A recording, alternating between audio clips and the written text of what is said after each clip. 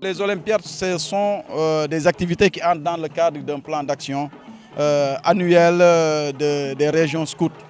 C'est une activité qui se fait généralement en région.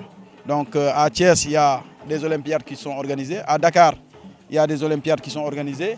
À Ziguinchor, etc., dans toutes les régions du Sénégal, nous organisons des Olympiades qui sont souvent placées sous le thème de la citoyenneté, du civisme, du fair play et tout ce qui tourne autour du sport comme valeur.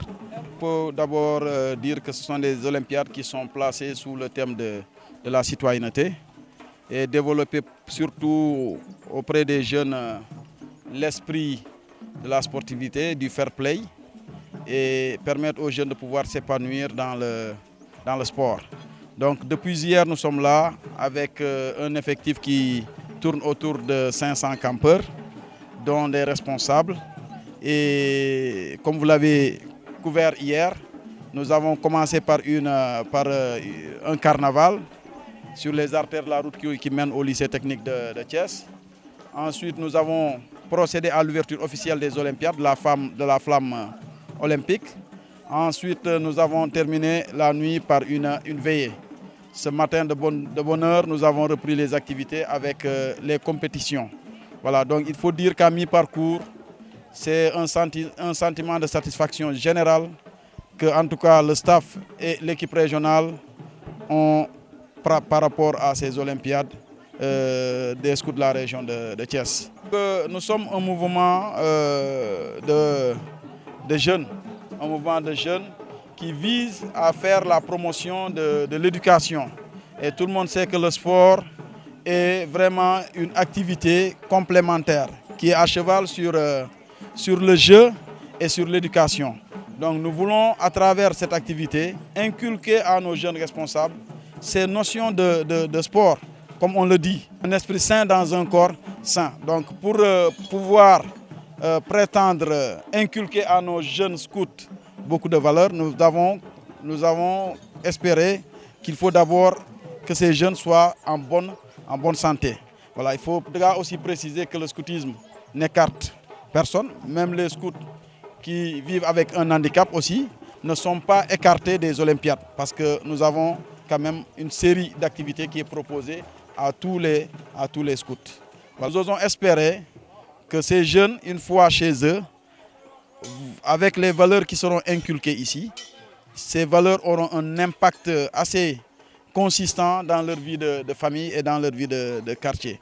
Parce que le scoutisme, c'est quand même un mouvement qui est là, une école, comme on le dit, une école de la vie, oui, qui vise souvent à pouvoir permettre aux jeunes de ne pas être des gens, entre guillemets, inutiles dans leur société, mais plus ou moins des gens utiles à leur communauté de base. C'est un honneur pour moi d'assister à cette activité-là. Et je suis vraiment content de voir environ un demi-millier de jeunes ici présents, en train de vivre une activité ensemble. Je le disais tout à l'heure aux jeunes, c'est important de réunir les jeunes, des jeunes catholiques, pour qu'ils apprennent à vivre ensemble avec d'autres jeunes qui ne sont pas catholiques. Ça permet dès à présent de créer ce qu'on appelle un dialogue interreligieux. Nous sommes un mouvement d'obédience catholique. Moi, je représente, comme je le disais tout la CIX, la Conférence internationale catholique du scoutisme. C'est-à-dire, nous sommes le lien entre l'Organisation mondiale du mouvement scout et le Vatican, et plus précisément le dicaster qui s'occupe de la famille. Donc lorsque nous voyons un mouvement d'obédience catholique en train d'organiser une activité de ce genre, on est fiers de ces jeunes-là, on est fiers du responsable de cette région scout, parce que nous sommes en train de voir que tout ce qu'on est en train de faire pour ces jeunes-là a comme fondement l'évangile de Jésus-Christ, et c'est important. On disait tout à l'heure que le mouvement, c'est ce que je disais aux jeunes, le mouvement scout, c'est un mouvement où on apprend à être leader. Il n'y a pas d'école de leadership, mais le scoutisme est un mouvement où on apprend à être leader. C'est une école de leadership. Le mouvement scout, c'est une école où on apprend à vivre la paix. Donc lorsqu'on ancre dès à présent ces valeurs-là aux jeunes, lorsqu'ils sont petits, 6 ans, 7 ans, jusqu'à l'âge de 18 ans, là on est sûr que ce seront des jeunes qui seront non violents, ce seront des jeunes qui pourront accepter l'autre. Parce que dès le plus bas âge, ils ont appris à accepter la religion de l'autre. Donc c'est vraiment important.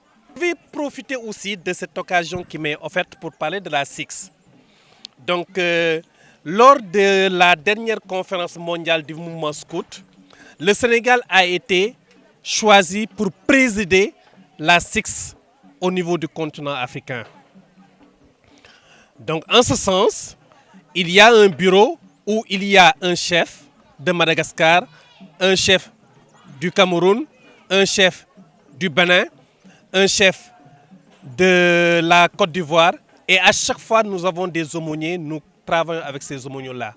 Dans ce cadre-là, nous allons organiser à partir du 4 août prochain un symposium. Ce symposium-là a été béni et autorisé par l'évêque de Dakar et par le ministre de la Jeunesse qui a accepté d'inscrire ce symposium dans l'agenda des grandes conférences de l'État. Donc, qu'est-ce que nous voulons avec ce symposium-là? Il y aura 4 panels. Un panel qui va parler du dialogue interreligieux. Donc, il y aura l'évêque de Kaolack, il y aura le responsable de l'islam au Sénégal, il y aura aussi quelqu'un qui va jouer le rôle des traditionalistes. Il y aura un deuxième panel qui va parler de paix et sécurité. De plus en plus, il y a des jeunes qui sont en train de tendre vers l'extrémisme religieux. Comment faire en tant que responsable scout pour reconnaître ces jeunes-là qui tendent vers l'extrémisme religieux? Comment faire pour les empêcher d'y aller? Et qu'est-ce qu'on peut faire lorsqu'on est dans un grand rassemblement pour voir les signes, pour détecter quelqu'un qui est en train de tendre vers cet extrémisme religieux-là et faire par exemple quelque chose que l'on appelle un attentat? Il y aura un troisième panel qui va parler du scoutisme comme école de la vie. Et enfin un quatrième panel qui va nous montrer des exemples. En Centrafrique, il y a eu la guerre et les scouts ont eu à jouer un grand rôle dans la pacification. Donc les responsables scouts centrafricains vont venir ici au Sénégal. Ils vont nous parler de ça.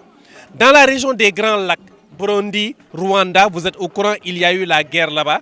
Les scouts ont eu à jouer un grand rôle. Ils vont venir ici nous parler de cette expérience-là. Et enfin, il y aura un expert électoral qui va nous parler des problèmes qui naissent des élections en Afrique. Très souvent, il y a des perturbations. Au Sénégal, les scouts, chaque élection présidentielle, jouent un grand rôle en étant observateurs.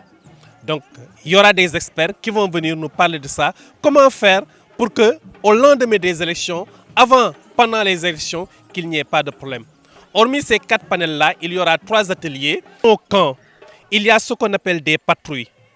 Dans la patrouille, il y a un coin de prière du catholique, il y a un coin de prière du musulman. Donc dès le bas âge, à l'âge de 7 ans, 8 ans, 9 ans, 12 ans, le jeune, il sait que je dois accepter l'autre avec sa religion. Donc lorsqu'on apprend à nous accepter comme ça, à cohabiter ainsi, donc il y aura moins de problèmes lorsqu'on aura 19 ans, 20 ans, et il sera beaucoup plus difficile d'embrigader ces jeunes-là dans l'extrémisme religieux.